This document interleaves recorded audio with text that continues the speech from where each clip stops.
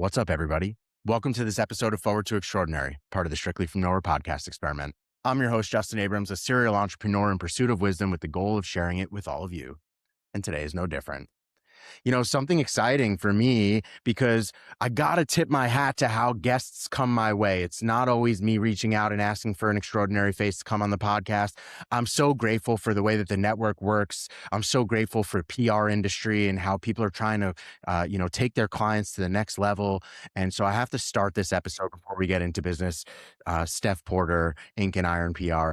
Thanks so much. Today's guest is straight away from you, Kim Bode, founder of 8THIRTYFOUR. Welcome to this episode of Forward to Extraordinary. I cannot wait to unpack your zero to market story. Well, thanks, man. Because I think it's great that you said you love PR people because that is like, I started my career. That's a big part of what 834 does. And we're not always liked. So thank you for that. Well, hmm sometimes you got to really kind of like bob and weave and deal with some of the tough stuff. And like performance and attribution is a kind of a question mark for PR agencies. And like, how do I deliver value? And you told me to put my attention here or go in that publication or take a left and a right and whatever. And sometimes it just doesn't always work out, but it truly is a relationship. Yeah. And so Yeah. we're going to get all into that today. Kim, Yeah. tell me about you. Tell me about what makes you unique and a little bit about your human experience before we get into business. Okay. So I own 834. We're a communications and learning company, which means we tell the stories of companies and then develop the people living them. We're storytellers because everything you do, people are the center of it. And sometimes I think our world forgets that. About me, I have ADHD, which will be very evident throughout this entire podcast. I have 8 rescue dogs. I started my business 19 years ago. I created Big Deal Energy, which is a personal branding program, which is really badass. And it's named for Leslie. It's influenced by Leslie Knope from Parks and Rec. Cool. I am Gen X. It is a very big part of my who I am. And Goonies is my favorite movie. Dude. All right. Right. What a vibe. I literally just introduced my 5-year-old to Goonies because he's like big into booby traps at the moment. I was like, oh, Right. you got to meet Data. Yeah. Did it freak him out? Did it scare him? It did scare him a little bit. Like when they were all playing the piano and the earth is falling Yeah. out from underneath Yeah. everybody, he was a little bit freaked out that Yeah. something like this could actually exist. Yeah. But it's more like an exceptional story of like kids finding their way and coming of age. And man, I love that. And I often get cousin Justin looks like Chris Pratt from his Parks and Recs days. Yeah. So we're off to a Yeah. good start here, Kim. You're We're like, off to a wait good a start. second. I'm chubby Chris Pratt. That's bullshit.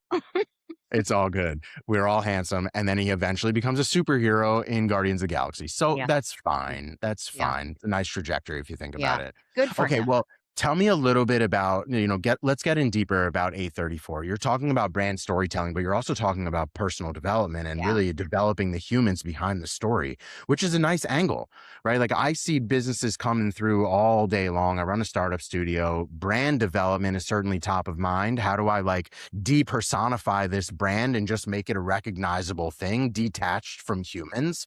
But it's certainly another strategy to be founder led. That's my game.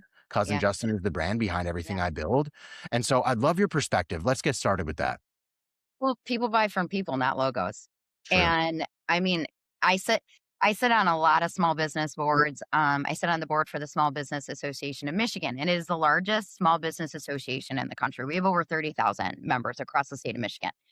And what I see all the time is small business owners that are hiding behind their brand. And here's the deal, like people buy from you.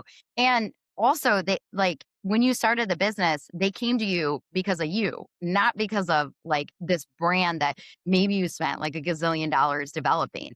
Because at the end of the day, relationships are between humans.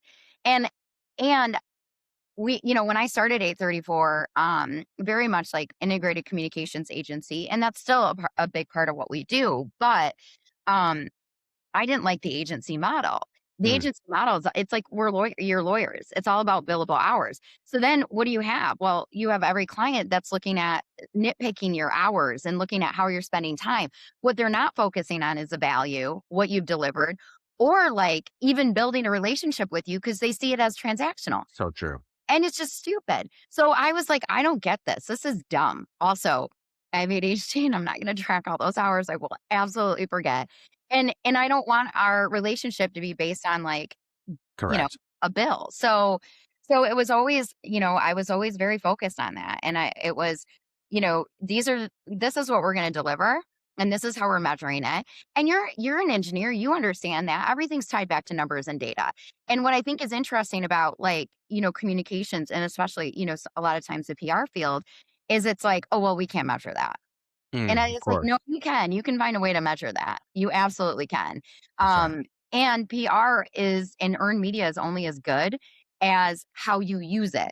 So like otherwise it's like that article is out there, but have you shared it? Have you talked about the article? Have you integrated it into like, your website as seen on or in? And have you like put it in your email marketing? Have you used it in like an ad campaign? Like, things like that. So but the people part of it, again, everything we do is about people. And, one of the reasons we kind of made the pivot into, well, I've always been talking about personal branding for like over 20 years. My first talk on it was at a nursing home. I wasn't sure if some of those people were just sleeping or dead. I don't know. Still don't know to this day. Don't really think they cared about personal branding. I bet I was a great speaker, but not the point. But, like it's all, it's about relationships. You know that, like your network isn't about who you know, it's about who knows you.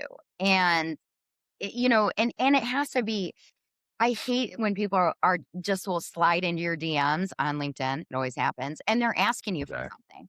Don't do Absolutely. that, man, unless you have a value to add, or you say like, let me just, oh, hey, I have this opportunity for you, or I would love to just, don't ask for something without giving and don't expect like, so I don't know if I answered the question, which will happen a lot here, but everything is about it. Like people buy from other people. I have clients that have been with me for over 15 years. Why? Because they don't see us as replaceable because they have a relationship, with us, with me. And that's also why I don't have any of my employees sign non-competes. Okay, go to another agency. All right. Well, they don't do things the 834 way. And by the way, that relationship is mine. And if the client decides to follow you, then that's on me Of because course. I didn't show the value across the board and you only see the value with that one individual. So I don't know. I think it holds you accountable too. I think so too. We built our model for our agency quite similarly. We just could not understand the time and materials. I could not understand monetizing the hour. Yeah. As technical people, Mhm. often I'm thinking about your idea while I'm on the toilet, while I'm driving, while I'm on Yes. my walk. Like that's often where true inspiration or a breakthrough comes from. And like, how do I bill for that? What am I going to bill you for the 4 hours that I was thinking Yeah. about that on a long car Yeah. ride? And so we came away from that. And I think that's a big agency shift, especially with the introduction of AI is like, what does the hour even mean anymore? My hour is not equal to somebody else's hour. And Yeah. now I have the machine in the mix. It's definitely not equal to somebody else's hour. So it Mhm. really is about value-based pricing. And Yeah. one of the things that we're really trying to focus on is not even value-based pricing. It's more coming into like a membership model. This is an Yeah. exclusive place to be. This Hmm. is relationship 101. And this is really about, do you trust these guys and this team Yeah. to participate in the long term of your equation? Whatever that looks like. Everybody's got a little bit of a different wrinkle. Yeah. And so I follow your model very much so. And I think that really has to do with the idea that you're not selling business to business, even if you're a B2B business or Yeah. B2B solution or product or Mhm. whatever you are, Yeah. it's actually hand to hand combat, human to human. Yep. And so time for a story, right? Like in my professional career before we built this agency, I went to work for 15 years before we ever started this business. And in the sales team, it was always curious how salesman X was unsuccessful with company Y, but salesman Z was comfortable with company Y and landed the deal. How did that happen? Like, what was so magical Mhm. about this guy versus that gal? Like, or what was so magical about the conversations that they were having? We're talking about the same product. It's because Mhm. people buy from people. One conversation that comes out of my mouth might be a different position from coming from your mouth, and you might get the deal, and I didn't get it at all. And so I'd love from your perspective, right? As we think about business development, Yeah. this is more for the operators of the world that are trying to differentiate their businesses. Yeah. How do we think about relationship development as a pathway to business relationships? Well, you give of your time, you give of your talent. When I started out, I didn't know anything. I came from a little small town. I grew up on a farm. I had no idea what networking was. I worked 3 jobs through college because I had to. I was the first person in my family to go to college. So, like, I didn't know anything, but I just remember people would go to places after work, and I was like, "What are you doing?" And I was like, "They seem to be going to a lot of happy hours. That seems cool." Hmm. And then I just, I went to, like, I don't know, I just started going to things, and then I got asked to be involved with the American Marketing Association, and I stayed involved, I was the president for 2 years, and then other opportunities came from there, but the big thing was you know, again, like, it comes back to, do people know you? And it goes back to personal brand. Like, you have to create, and you have to put yourself out there. And here's what I always say, like, it has to be weird and it has to be fun, because there is so much AI generated bullshit out there. And sure, I think you should use AI for some things. It sure as shit should not steal your voice. And that's what you see out there. Just go, like, now that I've said this, if you are listening right now, I want you guys to pull up LinkedIn, and I want you to go, and I want you to just read some of the posts. They're all crap. And you can always tell it's AI generated. Like, I won't get into it, but you can. And then go to the person's profile and look at, like, how they have their, like, little mini bio. And it's like CEO, uh, what, like, it's all just, or you'll have a young professional and say emerging professional. And I'm always like, what the are you emerging from? A cocoon? A Where cocoon. have you been? But and like, you know what mine says? Runs on ADHD, likes red wine with ice in it. And I do. And that's my headshot too. It's me pouring red wine into a cup of ice because I like it. And I don't care if that's what 80-year-old women do. I'm ahead of my time. But, like, the point is like, that's what people remember. And you see so much inauthentic crap out there, and apparently people are just like, you can't be who you are. I don't know how to be anything but that. And when you're an entrepreneur, that is 100% what drove you. That is what kept you from giving up. I have no give up in me. Because I'm competing with me. I won't let myself fail. That was a big reason I started my business. And everyone's like, "Oh, you shouldn't," like, "Oh, like, you don't know what you're doing." And I didn't. I mean, I was like in my 20s, but I thought I knew everything. Um, and that was like, but I was like, "Yeah, well, I'm going to figure it out." Like, I will. I always have. You Of course. have to believe in yourself. And that's a really hard thing for people to do. But you also have to be willing to be yourself. And I always say there's, like, all these rules that we follow professionally, and I don't really understand why. And also, who made them up? Was it, like, a really old white guy from, like, the '50s? Was it Probably. Don Draper? Don Probably. Draper. And the only thing I'm gonna bring back from that is the drinking throughout the day. Like, Yeah, yeah, yeah. Give me a cig in the conference room. mhm. You know Yeah, what's funny is you said a couple of things I want to touch on. We'll unpack them. The first is I've recorded many episodes and I've had the conversation around the topic of competition yeah, many times. yeah. When I worked for enterprise SaaS companies in my career before I ever went on my own mission, I specialized in competition. I Yeah, specialized yeah, in detraction prevention. I specialized in learning other people's platforms to be able to sell intelligently against the other solutions. I became a specialist in the idea of competition. But man, in being in service, being your own entrepreneur, I don't see competition at all. It doesn't even register in my brain. I see same, man. allied partners. I Yes, see I see potential for relationships and an expanded network because I yes, have this empathy that I've built for the other business owner. And like we all need help. And that's where like some of like these professional groups come from. I don't know if you're a member of like an EO or a Vistage or anything like that, but I've been part of these types of things. That's where like the camaraderie comes from. There's no yeah, competition. yeah. There's plenty of engineering agencies out there, but I aim to make them all my friends. I have them on the show. I want to participate collectively. There's amazing opportunities that you can have by your collective power. And so I vibe with you on the topic of I don't see competition. I don't even know what that means. That doesn't mean I'm not ridiculously competitive, especially in here. Yeah, but we are with ourselves, man. That's And right. that's the thing. That's who I'm That's right. competing with. I mean, there's a bunch of other, like, agency owners, or like, small business owners, and I set up, like, weekly breakfast, and they're like, we collaborate. We figured out one time I found out I didn't I'd put together this, like, like, also being neurodivergent, that you tend to spiral and hyper focus on things, and I submitted, like, this, I don't know, like it was an RFP response, and it must have been like 30 pages. Like, there's no way in hell anybody's reading this shit, right? Like, what the hell, Bodie? And so, but anyway, so like I submit this, I find out like another business owner, agency owner, like also submitted it. I get a call from, it was like a big lender or whatever. And I get a call from the guy who anyways in charge, he's the CEO. And he apologizes to me and says I didn't get it. And I was like, okay. I said, well, thank you. And he goes, well, I just don't want this to hurt our relationship. I want you to know that I really value that. And I said, I think I asked, I said, hey, like who did you like? He's like, well, we're looking between these two.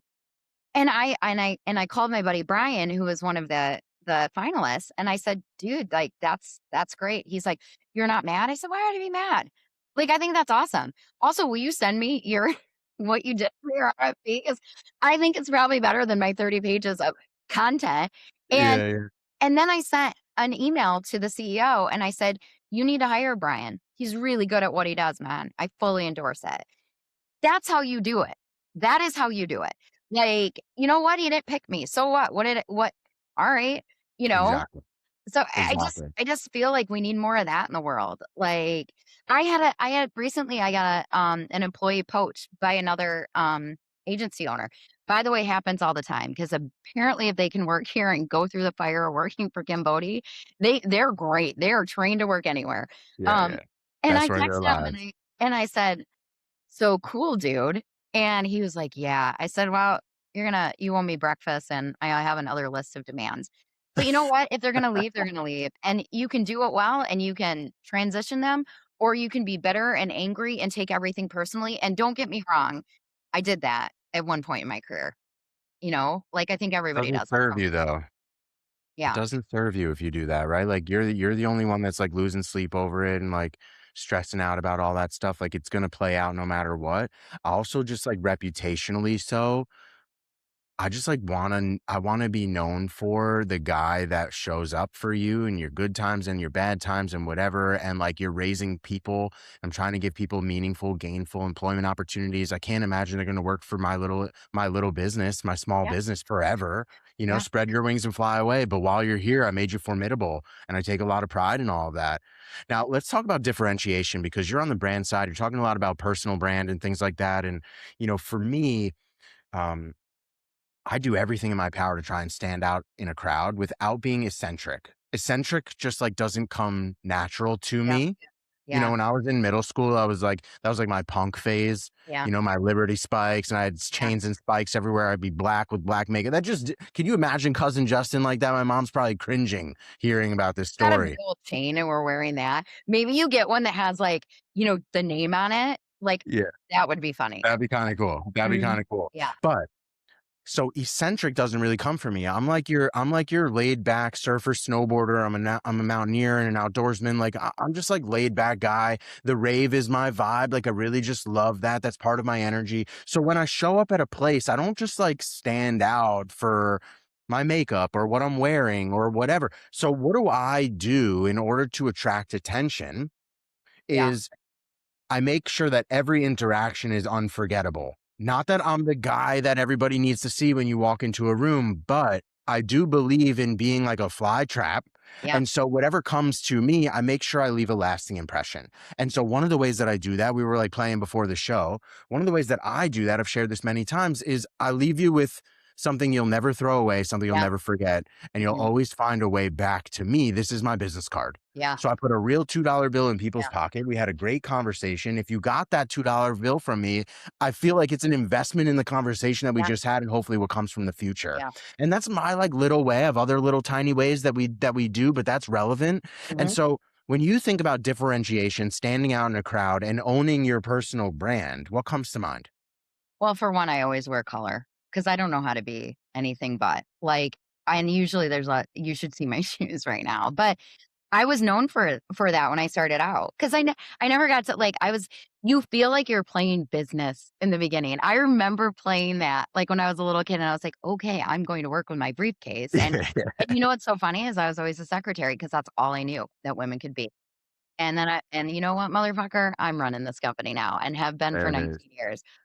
But my point is like, and I didn't even really do it intentionally, but I just remember going to like events and I was like, is there like why is everyone wearing gray and blue and black? And I was like, there's no, like, it's like somebody was like, this is a dress code and you must be boring. And I was like, well, that's not who I am and I'm not doing that. And so, and all I could afford at the time was like Forever 21 and Charlotte Russe. I don't even know if they're around anymore. Sure. But like, right? Like you're like, this is throwaway clothes. And it kind of was. But my big thing is like, I just, I I don't I think it's part of like what's I tell people like be yourself.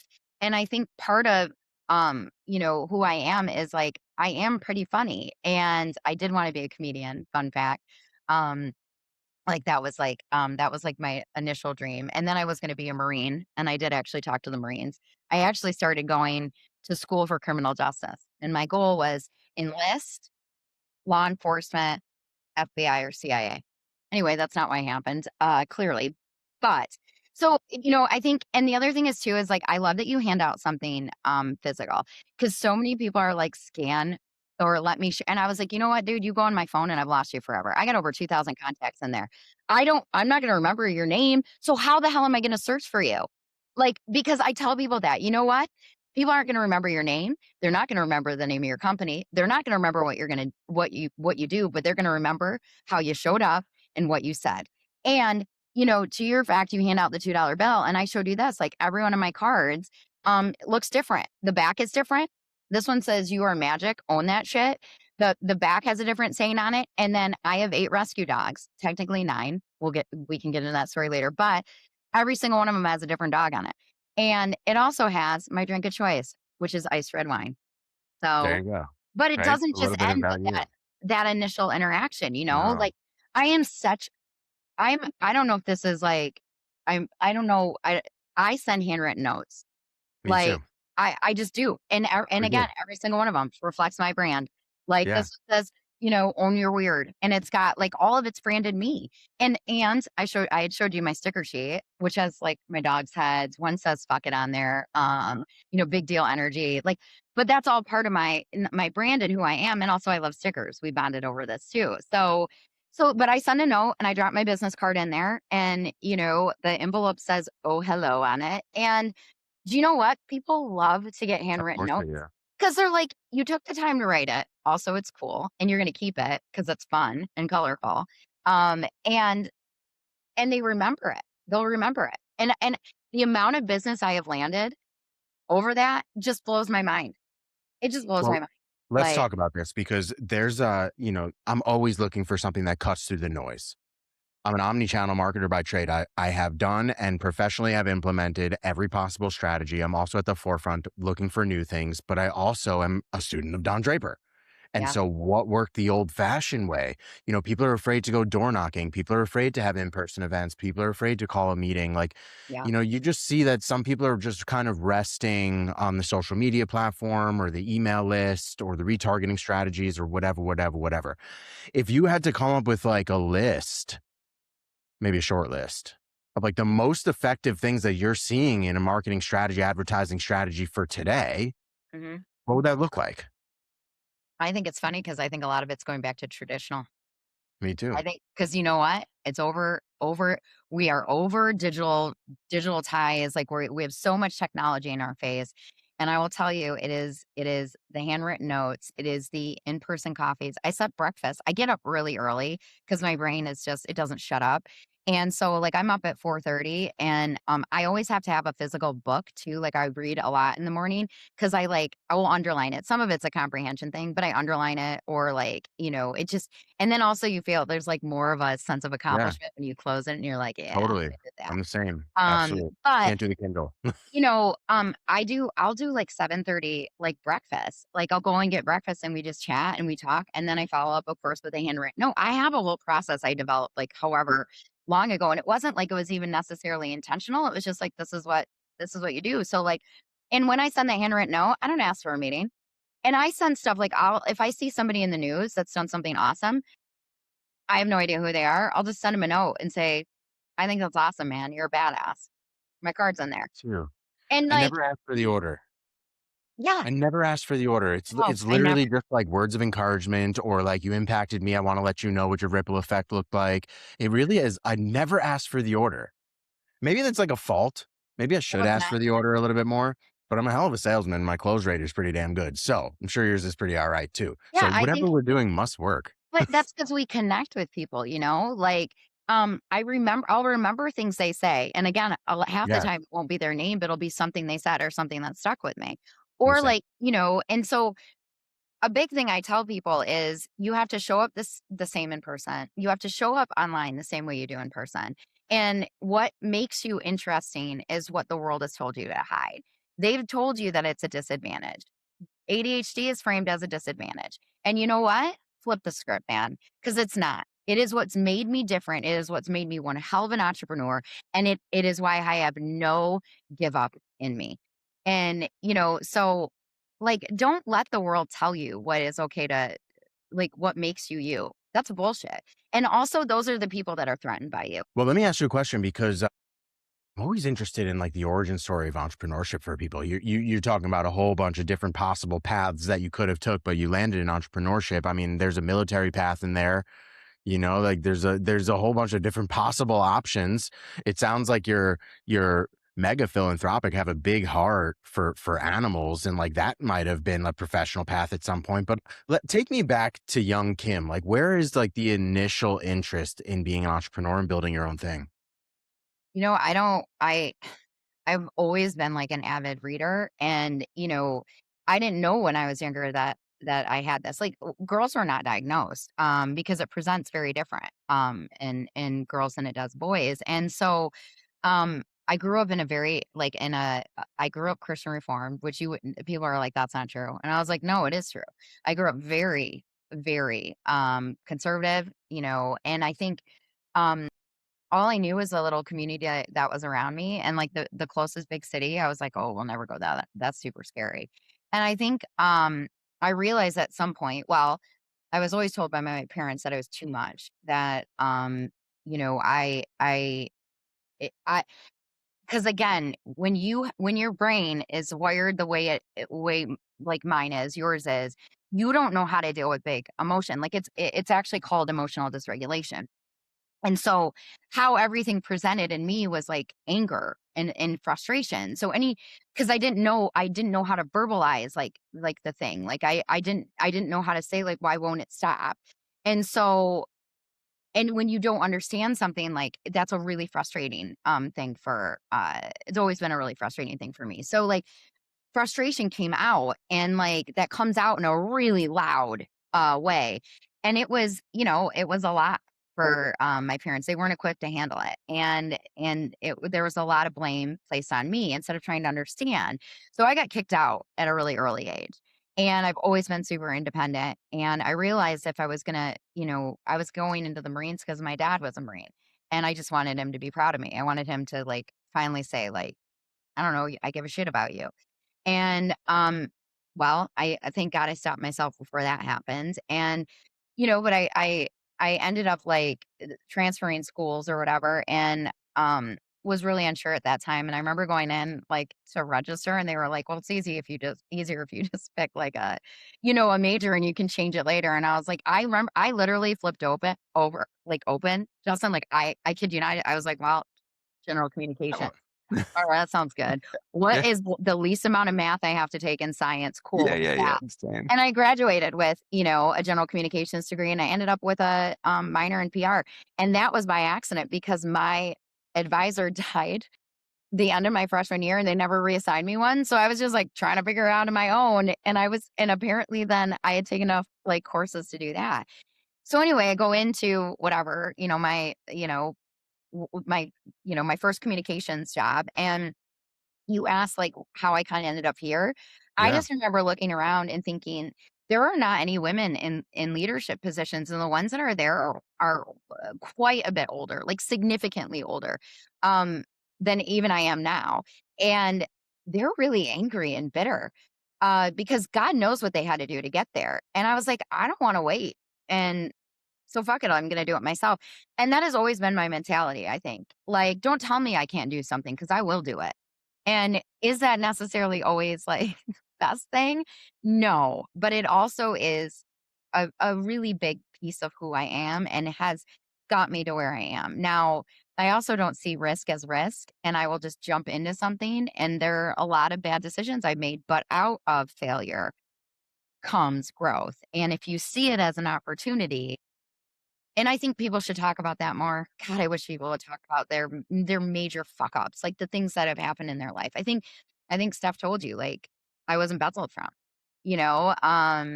So like but again, like that's part of life. And I just wish we would talk about the real shit. And I think that's also, we were talking earlier about like the connections we make with people. I think it's when people meet us, they feel like they're our best friend. We have a way of making people feel very comfortable. And maybe it's 'cause I'm very self-deprecating, so I'll make fun of myself first. I don't care. And I think that puts people at ease. So I think, the hard shit in your life is what makes you relatable. Well, guess what's coming for you now? I often ask the best stories and the best lessons that come from entrepreneurs are really around the trials and tribulations that we've all had to navigate. I've been through some shit, Yeah. as you can imagine. Mhm. Agency service model business, you've been through some shit. And so I don't expect all the stories, maybe a couple of marquee ones, but it really is about advice and wisdom for other entrepreneurs to help them find their way. Not everybody is, fortunate to have a network or to have a coach or to even have mentorship and guidance. And so, lots of times, I've had hundreds of guests, Mhm. and there's an overarching, resounding wish that most entrepreneurs can say out loud, and it's that they wish that they had more financial literacy in the earliest days of their business. Just understanding how to manage money, manage people, manage expenses, manage overhead, manage gaps, manage loans, debt, whatever it might be. And so, not trying to bait you, yours might have nothing to do with finances or anything like that, but I welcome all of those. I'd love to know what are some war stories that you've survived and thrived through? Well, I'll tell you the one because it's a doozy. There are a lot, but I will also say, like, I don't ever wish because, like, I'm here because of all of that. And, um, people Same. always say, like, if you knew what you knew now, would you start a business? And I was like, I don't know. Like, Yes, I'm starting I a new mean, one I was in my tomorrow. 20s. Yeah, like, probably because that's how we're wired. But Yeah, yeah, yeah. I think it would be really interesting if I like love I write a ton. Not using AI people, don't fucking do Same. that. But sorry, hold on, it's gonna come. Oh, I've written like I want to do it again, but like a letter to your younger self. Like I've written letters to little Bodie. Just telling her to like, keep at it, man. Like you got this. So You'll what is like this. I'm gonna okay, pause you and then I'll get you back on track. yeah, Talk about writing, and I really do this. I have I'll show you a bunch of them because I think it's relevant and something to like think about. yeah. Uh, time capsules, Yes. and so I time capsule all the Dude. time. And so what's really cool is like this is like letters to my daughter. She's only one, so Yes. I write her like a little letter, and like this is a And book you you can buy can it off buy those. I've Amazon. been trying yeah, you're gonna have to send me the link to that. It's so cool. And Mhm, so I'm very much just like you. I try, mhm, and that's a big portion of my podcast. This was the original reason why I created it, which is like I'm going through the prime of my life and I yeah, want to record yeah, in chronological order the good and the bad and the ugly that I've been through. And so I'm very much with you, and I find that very nostalgic. And I encourage others as we're talking about this to try and document and think of creative ways. And one of these books in here is a letter to Justin, future self. And mhm. what'd you go through when you were in your 30s trying to build a business and support a family? And like, what was it like? Because eventually I will get to wherever I'm going. If not, it's going to make for a hell of a eulogy. You know what I'm saying? Clearly, man. Like, Anywho, I'm going to get you back on track. I really want to know about the war stories. What did you have to survive to really get to where you're at today? well, I mean, in, February 28, 2023, I got a call from my bank that said, "We suspect fraud. Something's going on. Your HR and finance manager is repeatedly trying to push through, like, a $7,500 check to When themselves." did you start your business? Officially 2009, but I was doing like, freelance side work before then. So, All good. That's like when it started. The reason why I bring that up is because look, this was only a couple of years ago your story yeah. started. Oh, yeah. It You were in business for like 15 years and then some shit happens. Yeah. So And it it should always is always happen, happening. but yeah. Something's always happening to Yeah. us Oh, entrepreneurs. always. Anywho, Yeah. back to your story. Yeah. No, and that's very true. This one's just like, you're just like, what the? So interestingly enough, I was at like, Small Business Association of Michigan, like an event. And I was there with one of a really like a business owner, because we always hang out with people that are like us. Because they don't think like this is weird, like how we operate. Right. And anyway, and I was like, that's important to the story. Anyway, I was with her and I got this call from the bank and I was like, fuck. So I called like my HR and finance manager and I was like, what's going on? She was like, oh, and before I had gotten like this weird message that's like, hey, you're probably, don't look at the account. Everything's fine. I just have to move some money in there or whatever. And I was like, whatever. Okay. And by the way, that's the first time in really the entire history of the business that I had actually like fully handed that off. Because remember when I told you I hated Yeah. math? I Yeah. did. The hardest part about running a business is the finances, and Totally. it's just it's very confusing to me. It's like when lawyers use legal speak, you don't understand anything they're saying, and that's exactly how the financial industry is, and it's just dumb, man. So figure out a way you need to do those numbers, and it doesn't have to be the way somebody tells you to do it. Like, screw them. Your P&L, your balance sheet, fuck it. I mean, those things are important for like reporting, but like, but anyway, so I started digging and I was like, what is happening? I get on the phone with the bank, whatever. All of this starts to unravel. Everything starts to unravel. And I'm like, what the fuck is going on? And so I start looking at my account. And mind you, I have to process payroll in I think it was like 2 days. There's no money in the account. Justin, like there's like maybe like $4,000. That is not what my payroll is. And I'm like, fuck, fuck, fuck. And I'm like, I've never missed payroll. I have never missed payroll because if you are a good business owner, you pay everybody else before you. And that is an ethics thing, man. That is character. 101. Rule Uh, 101. and I was like, what am I going to do? So I go to my IRA. I'm like, I'll cash it out. Well, that doesn't happen right away, So I'm like, how am I going to get this money? What am I going to do? Like, I got to protect my team. I can't like what I can't. They're going to lose all trust in me. And so, and then while I'm freaking out, spiraling about this, I removed this HR and finance manager from everything. I tell the banker, I said, take her off of everything. Not even realizing the level of access she had given herself and the bank had allowed her to have. And I want to be very clear that the bank flagged this. This wasn't me. The bank flagged this. So it goes back 3 years. This person had been with me 3.5 years. It goes back 3 years. While we're there, I'm with this other business owner, is a very good friend of mine, Jen, and she's really great at finance. And I give her access to my QuickBooks. She's looking at it. It's QuickBooks Online. Everything should be synced with all your stuff, right? It wasn't, because she was putting whatever numbers she wanted in there. Because I had a CPA to do the checks and balances. She was feeding them whatever the numbers were in there. And so she starts looking at things, looking at things. We're driving home, like the next day or whatever. And she works on this all weekend. She sends me a text on Sunday and was like, Bode, and I could be wrong, but I think it's around $265,000. And I want you to understand, I hired a forensic investigator after that, and it was almost exactly that same number. A former FBI, 30 years with a white collar crime unit. And, he said, "This is the most clear-cut case I've ever worked." Because when I got home that weekend, I went in the office cleaning up her office, and I'm realizing all these things. Every day was a fun surprise. Hadn't paid contractors in a year. These are people I know. These are people that are my friends. You wanna know why they didn't come to me? Do you know why they didn't say anything to me? Because she told them that, Kim's having some financial troubles, and those personal financial troubles are impacting the business. And they they worked for free, Justin, because of the relationship they had with me for free. And she hadn't paid them for over a year. And then I was like, she maxed out my line of credit. For the first time, I'd always been cash run. For the first time I had a line of credit, she maxed it out. I'm still paying off that motherfucker. She maxed out a credit card I didn't even know we had, $30,000. Everything. I mean, just everything.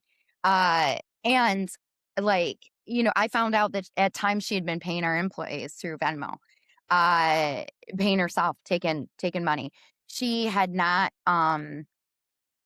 she wasn't paying herself. I didn't even have admin access to her payroll system. She hadn't been paying herself. She'd been taking money out of the business whenever she wanted it. And then why wasn't she paying herself? Doesn't have to report that on her taxes. So she was, if you looked at the books, maybe making 30. I was easily paying her over 70. And so I go to my insurance guy because, again, I don't have an embezzlement policy because I don't fucking know Of what that course. is. You don't think to Oh, do right. that. No, Again, stuff you don't of course know. not. No Right. playbook for this. And he's like, you basically have like a 25,000 like rider or something on there. And I was like, well, okay, how do I get it? He's like, well, insurance adjuster has to run, they have to run an investigation, but you have to file a police report. So I filed a police report, and I had no intent really, honestly, to like pursue it. I had to do that so I could put it when I submitted the paperwork. And so, I do that. And then the insurance adjuster is running they runs his own independent investigation, which by the way, when that comes out, I had the voicemail, I fucking saved it. He said, everything's approved. I approved all the paperwork. You should see that check within the next few weeks. And it's 25,000. It's not going to make a cent, quite frankly. And he goes, I'm really, really sorry that this happened to you. And this was awful. And so I had filed the police report, and I don't know if because of that, like she somehow got notified. Next thing I know, I'm getting served and she's suing me, and it's a falsa claim, which essentially just means like it's a federal claim that it like basically you mistreated your employee. I don't know the exact words, but Sure. Sure. all of this thing. And so I'm like, what the fuck? So I'm getting sued. I'm getting sued now as the employer. And she stole $265,000 from me. And she's claiming I didn't pay her. And I worked her to the bone. And all these other like things that happened.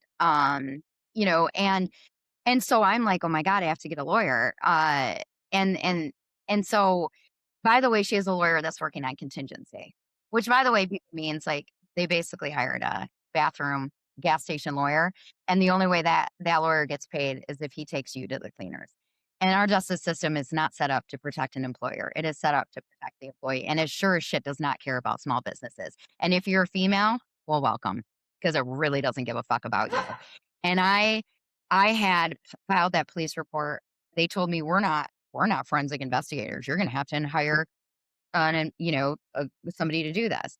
And by this time, I'd already thrown away $10,000 on a private investigator that gave me nothing.